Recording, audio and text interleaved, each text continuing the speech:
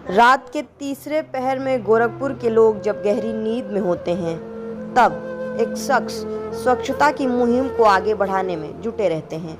मोहल्ले वालों की गुड मॉर्निंग से पहले वो 1 किलोमीटर दायरे में झाड़ू लगाकर घर लौट आते हैं। शाम को लोगों से मिलकर वो घरों के बाहर गंदगी ना फैलाने की अपील भी करते हैं। आइए बताते हैं आपको गोरखपुर के झाड़ू वाले की कहानी। नमस्कार, एनबी भारत देख रहे हैं आप और मैं हूं आपके साथ यशस्वी पाठक। स्वच्छ भारत अभियान, स्वच्छता की हम कितनी बात करते हैं हमारे सड़कों पर, हमारे घर में, और कभी कभी तो ये भी मन में आता है कहने में कि हम अपने घर को तो साफ़ करते हैं, लेकिन घर से बाहर जब सड़कें आती हैं तो शायद हम उसको साफ़ नहीं करते, साफ़ रखते नहीं, शायद हम उसको अपना घर नहीं मानते। जब घर नहीं मानते तो फिर बीमारियां कैसे शुरू होती हैं।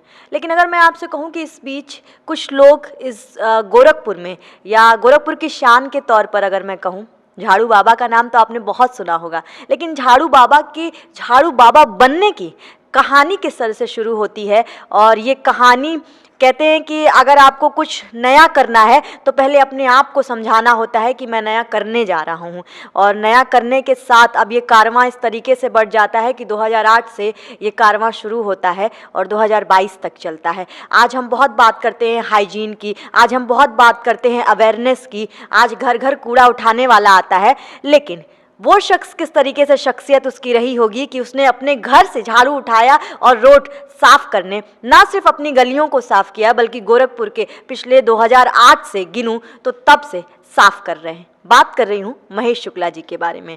सर, बहुत स्वागत है आपका, और ये सम्मान है हमारा कि आप हमारे साथ बैठे हैं। तो अपना कीमती समय देने के लिए बहुत शुक्रिया। सवाल मन में आता है, जैसा मैंने अभी इंट्रो में भी कहा है ये बात, कि कुछ ये ऐसा करना जो नया हो बिल्कुल, जिसके लिए उतनी अवेयरनेस हो, क्योंकि हम उस 2008 की बात कर रहे हैं। खुद को समझाना कि मैं जा रहा हूँ सफाई करने, और तब 2008 की अगर मैं बात करूँ तो सफाई करने का काम शायद किसी और तबके का हुआ करता था। जी जी, ठीक है आपका कहना। अब लेकिन हमारे राष्ट्रपिता भी सफाई करते थे, और जैसा कि मैंने किताबों में पढ़ा है कि उनके ऊपर लोग कूड़ा फेंकते थे, उसके बाद भी साफ़ करते थे। तो हमारा अपना कूड़ा साफ़ करना यह कोई किसी तबके की बात नहीं है, हर व्यक्ति को करना चाहिए। मेरा तो यही मानना है कि हर व्यक्ति को करना चाहिए, तो उसी के उसमें मैं क्रम में मैं करता हूँ। अच्छा, गांधीवादी सोच की आपने बात की है, तो कहते हैं कि गांधी जी को अगर किसी तरीके से, अगर हमने पिक्चरें भी कई देखी जहां पर कूड़ा फेंका जाता था, और वो अहिंसा आंदोलन की बात करते हैं। महेश जी, सवाल मन में ये भी आता है कि जब ये एक अभियान के तौर पर मैं कहूँगी, एक आंदोलन के तौर पर कहूँगी, क्योंकि वो 2008 की बात है, तब कुछ नहीं था। आज हो सकता है हम बहुत आगे बढ़ गए हों, अवेयरनेस भी हो गई हो, 2014 के बाद से बहुत सफाइयाँ हो रही हों, लेकिन 2008 में कुछ नहीं था। पहला दिन जब आप इस तरीके के काम के लिए बाहर निकलते हैं, मैं वो दिन का पूरा आपका, अगर आपको याद हो, मैं अनुभव अगर आप साझा कर पाएँ, उस दिन क्या हुआ, और जब आपने अपने घर पे बताया तो वहाँ का रिएक्शन किस तरीके से था? मैम, सत्यता तो यह है कि ये उत्सुकता थी मुझे उस कूड़े को साफ़ करने के लिए, लेकिन मुझे शर्म आती थी। जब मैं छोटा सा झाड़ू घर से लेके निकला, तो चूँकि मेरा कोई ऐसा कैरियर नहीं है राजनीतिक, सोशल, तो पत्नी 4 बजे गेट, इसीलिए मैं रात को उठा 4 बजे, तो पत्नी हमारी गेट पर खड़ा होकर देख रही थी कि वो कैसे ये साफ़ करते हैं, चूँकि मैं घर में नहीं झाड़ू लगाता था। तो मैं जब उस जगह को साफ़ कर रहा था, तब तक वो, उस समय मेरे ख्याल से मोबाइल भी नहीं था, कैमरे वाली मोबाइल तो नहीं थी उस समय। तो देख रही थी, गेट पर खड़ा होकर वो देख रही थी कि कैसे साफ़ करते हैं। मैं रात को शर्म की वजह से रात को साफ़ किया, और धीरे धीरे वो प्रक्रिया बढ़ने लगी। दूसरे दिन में भी मैंने रात को ही साफ़ किया। दूसरे दिन मैंने सुबह देखना शुरू किया कौन से लोग कूड़ा फेंकते हैं उस जगह पे, तो 50% लोगों ने नहीं फेंका। तो मुझे लगा कि आज रात को मैं फिर उठूँगा। मुझे उस 4 बजे का इंतज़ार रहा करता था, और उस 4 बजे का आज भी मुझे इंतज़ार रहता है, इसलिए मैं 10 बजे सोता हूँ। तो ये प्रक्रिया चलने लगी, मैं साफ़ करने लगा 2 दिन, 3 दिन, 5 दिन, और वो कूड़े का क्रम कम होने लगा, उत्सुकता बढ़ने लगी। धीरे धीरे ये मेरे रूटीन में शामिल हो गया। अच्छा, आपकी एक अच्छी बात लगी, जुनून की आपने बात कही कि तब मैं 4 बजे उठता था 2008 में, और आज भी मैं 4 बजे उठता हूँ और 10 बजे सोता हूँ, उस पर आएंगे। लेकिन उससे पहले जब ये सोच आती है मन में, वो सोच, क्योंकि अभी पर्दे के पीछे दर्शकों बात भी हो रही थी, एक किस्सा है ट्रेन का, और सीट पे देखिए सर और उनकी धर्मपत्नी कहीं जा रहे थे। मैं चाहती हूँ सर वो किस्सा आप सुनाएं जहाँ से ये कहानी शुरू होती है और गोरखपुर को एक शानदार हीरा मिलता है। मैम, चूँकि मैं थोड़ा सफाई पसंद व्यक्ति था और हमारे घर के बगल में बिजली का पोल हुआ करता था जहाँ से मैंने सफाई की शुरुआत की। और आज के 10 साल 12 साल पहले स्वच्छता के विषय में इतनी अवेयरनेस नहीं थी, तो अक्सर लोग गाड़ी से चलते ही केले का छिलका फेंक देते थे, पान की पिच मार दिया करते थे। तो उस समय सफाई को थोड़ा सा दूसरे रूप में लोग देखते थे, कोई उसके प्रति कोई सोच नहीं हुआ करती थी कि मुझे साफ भी करना है। तो उसी दरमियान हम ट्रेन में जा रहे थे, तो एक व्यक्ति हमारे सामने वाले बर्थ पे किताब कोई पढ़ रहे थे। तो मैं बहुत पढ़ने वाला व्यक्ति तो नहीं हूँ, लेकिन बैठे बैठे थक चुका था, तो किताब पढ़ी थी तो लेके पढ़ने लगा उसको। संयोग था कि वो राष्ट्रपिता की किताब थी, उनके संबंध में उसमें लिखा हुआ था। तो 2-4-10 पेज मैंने पढ़ा, तो मैंने पत्नी को दिखाया कि देखो इसमें क्या लिखा है। उन्होंने कहा कि हमको क्या दिखा रहे हैं, हम तो बहुत पढ़े हैं इसको, हैं, और आप रोज़ लड़ाई करते हैं और अपने तो कुछ नहीं करते हैं। मैंने कहा नहीं, चलो मैं लड़ाई नहीं करूँगा, और लौट के चलने के बाद मैं इस पर वो तैयार करता हूँ। लौट के जब वहाँ से आए तो उन्होंने कहा कि आपने रास्ते में कुछ कहा था। मैंने कहा था मैंने कल उसको शुरू करूँगा, कल से। कल छोटा झाड़ू मैंने लेके निकला, उस जगह को साफ़ किया, करते करते ये प्रक्रिया बढ़ने लगी। बढ़ते बढ़ते बढ़ते बढ़ते 2-4-6 महीने लगे, उस जगह एकदम कूड़ा से निर्मूल हो गई। आज के समय भी एकदम क्लीन हो जगह है। तो सड़कें भी बन गई, सड़कें भी नहीं बनी हुई थी। अब धीरे धीरे धीरे धीरे मैं शहर में निकलने लगा। अब तो मेरा रूटीन ही बन गया, 2 दिन मैं शहर में रहता हूँ, बाकी दिन अपने मोहल्ले में मैं काम करता हूँ 365 दिन। अगर अच्छी संगिनी आपके साथ हों तो किस तरीके से दो दंपति मिल के किस तरीके से समाज को एक नया आईना और एक नई दिशा दिखा सकते हैं। सर, ये धर्मपत्नी का आपका हमेशा साथ रहा, जैसा आपने कहा कि दोनों लोगों की कंपैटिबिलिटी इस तरीके की थी, लेकिन फिर परिवार में और लोग भी होते हैं, आसपास में समाज किस तरीके से, बहुत सारे लोगों शुरू में जब आप कुछ नया कुछ अलग करते हैं तो समाज शायद उस तरीके से एक्सेप्ट नहीं करता है, उस समय अनुभव किस तरीके का रहा? मैम, पहले तो कुछ लोग ये कहते थे कि इनको कोई पंडित बताया हुआ है, कोई तंत्र मंत्र ये करते हैं, रात को झाड़ू लगाते हैं। मेरे दरवाजे पे पहुंचने से पहले मैं जब किसी के दरवाजे पे झाड़ू लेके जब उसके दरवाजे पे मुझे जाना होता था, तब तक वहाँ पे 1 गिलास पानी लोग अपने घर में से फेंकते थे। कुछ इस तरह की सोच लोगों की हुआ करती थी कि सबसे पहले अपने दरवाजे को साफ करने से पहले हमें कुछ करना चाहिए। ये आज भी होता है, मैं देखता हूँ। मैं अपना काम करते रहता, चूँकि मैं रात को काम करता हूँ, देखता रहता, तब तक घर में से कोई 1 गिलास पानी फेंकता है कि मेरे दरवाजे पर इनको झाड़ने से पहले मैं।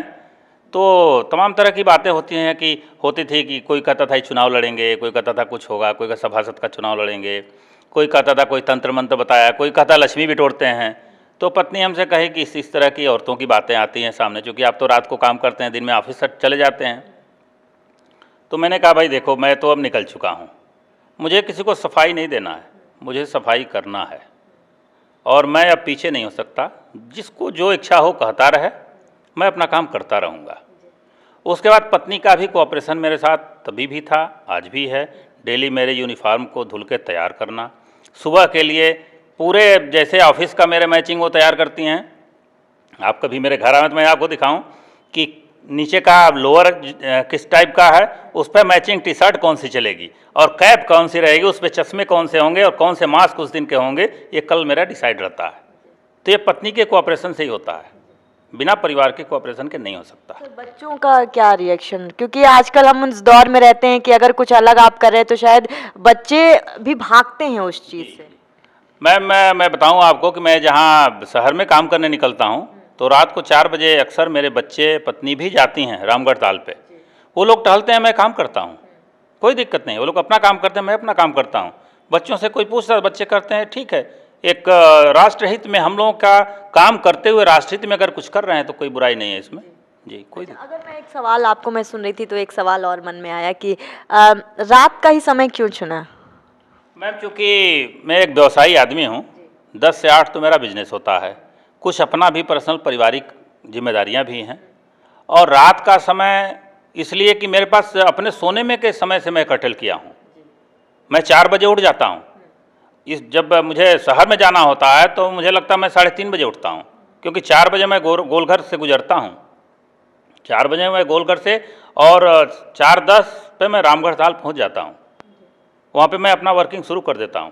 तो रात का समय इसलिए चुना कि मेरे दिन के समय में से नुकसान ना हो, क्योंकि मैं व्यवसाय करता हूं दिन में 10 से 8 में परमानेंट गोलघर में ऑफिस से मैं बैठता हूं, इसलिए मैं रात का टाइम चुना। अच्छा, जुनून की बात करते हैं। आपने अब कई बात जब हो रही थी तो आपने कहा कि जुनून है, 4 बजे आज भी उठता हूँ, तब भी उठता था। जो लोग कुछ आजकल दौर उस तरीके का चल रहा है कि हम ट्रेंड्स के पीछे भागते हैं, जैसे अगर आपने कुछ काम किया और आप फेमस हो गए तो आपको देख के कुछ लोग शुरू करेंगे, लेकिन वो 2008 से 2022 तक का सफ़र नहीं तय कर पाएंगे। वो जुनून कहाँ से आता है, ये सवाल है मेरा। मैं अगर अपने खुद के अंदर से वो जज्बा नहीं आएगा ना, तो नहीं काम हो सकता है। किसी स्वार्थ बस कोई काम, अगर मेरे भी पीछे इसके पीछे मुझे रहता कि मुझे सभासद बनना है, मुझे विधायक बनना है, मुझे कुछ और बनना है, तो निश्चित मैं ये काम नहीं कर पाता। लेकिन मुझे कुछ नहीं बनना है, मुझे काम करना है, मैं जनता को जागरूक करना है। हम ये मान के चलते कि एक व्यक्ति भी प्रतिदिन अगर जागरूक हो जाता है इससे, तो 365 दिन में 365 लोग होंगे जागरूक, और 365 अगर एक एक आदमी उनसे जागरूक होंगे तो वो कैलकुलेशन बहुत आगे जाएगा। अच्छा, तो आपने अब जब ये आप काम आपने शुरू किया जनता की भलाई के, जैसा आप कह रहे हैं जागरूक होने के लिए, अगर मैं पूछूं कि शुरू के बाद से क्योंकि चीज़ें एक बार जब एक्सेप्ट हो जाती हैं तो आसान हो जाती हैं, तो लोगों ने कितना एक्सेप्ट करना शुरू किया आपको? मैम, अब तो लोगों का कोऑपरेशन मिलता है, और मैं अकेले ही निकला था इसको लेकर के। मुझे लगता कि 2014 में हमारे भारत के प्रधानमंत्री इसको मिशन के रूप में लेके आए, तो उस दिन तो मेरा उत्साह और बढ़ गया। हमारे मुख्यमंत्री जी उसको अभियान को लेकर के चलाने लगे, हमारे प्रधानमंत्री झाड़ू लगाने लगे, हमारे मुख्यमंत्री लगाने लगे, डीएम साहब लगाने लगे, सारे अधिकारी लगाने। तो मैं तो एक सामान्य व्यक्ति हूँ, मैं अपना काम करता हूँ, पहले भी करता था, अभी भी करता हूँ, तो उत्साह तो बढ़ेगा ही बढ़ेगा। एक और सवाल, जब इस तरीके की रिकॉग्निशन मिलती है, आप रिकॉग्नाइज किए जाते हैं, फेमस हो जाते हैं, तो वो अवार्ड्स भी आते हैं साथ में, मीडिया अटेंशंस भी साथ में आते हैं। इस दौर में अगर अब पूछूं आपसे कि किसी दिन लगा कि आज नहीं 4 बजे उठना है और आज नहीं सफाई पे जाना है, कोई ऐसा दौर आया आपकी ज़िंदगी में 2008 से 22 के बीच में? मैं ये किसी वजह से नहीं आया, कभी अस्वस्थ रहे तो भले आया हो, अदरवाइज मुझे 4 बजे का इंतज़ार होता है कि वहाँ पे जाऊँ तो लोगों से मिलना होगा। जो लोग मेरे साथ काम करते हैं, मेरा सहयोग करते हैं, उनसे मिलने की एक उत्सुकता रहती है कि जब उनके साथ मिलके मुझे काम करना है। तो कभी भी ऐसा मुझे नहीं लगता, मुझे उस 4 बजे का इंतज़ार होता है। शाम को मैं 10 बजे सोता हूँ तो 3:30 बजे का अलार्म मुझे लगा होता है, लेकिन मैं उसके पहले मैं उठ जाता हूँ। तो ये उत्सुकता अंदर से जब रहती है ना, तो किसी चीज़ की ज़रूरत नहीं है।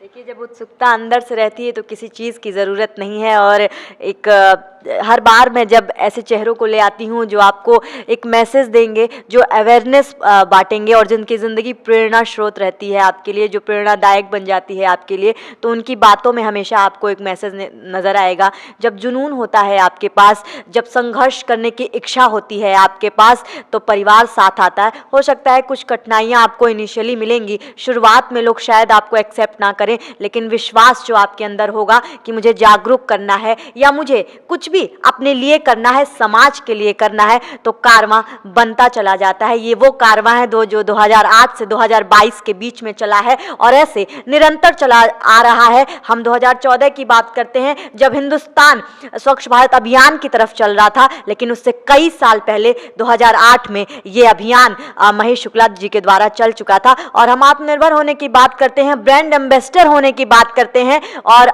असल मायने में ब्रांड एम्बेसडर अगर कोई है तो ये झाड़ू बाबा हैं, ये महेश शुक्ला हैं। सपोर्ट करिए इनको। और ये मैसेज के साथ छोड़ के आपको जा रही हूँ कि आसपास जो अगर गंदगी है आपको, तो खुद साफ करिए, इंतजार ना करिए कि कूड़ा वाला आएगा और कूड़ा उठा के ले जाएगा।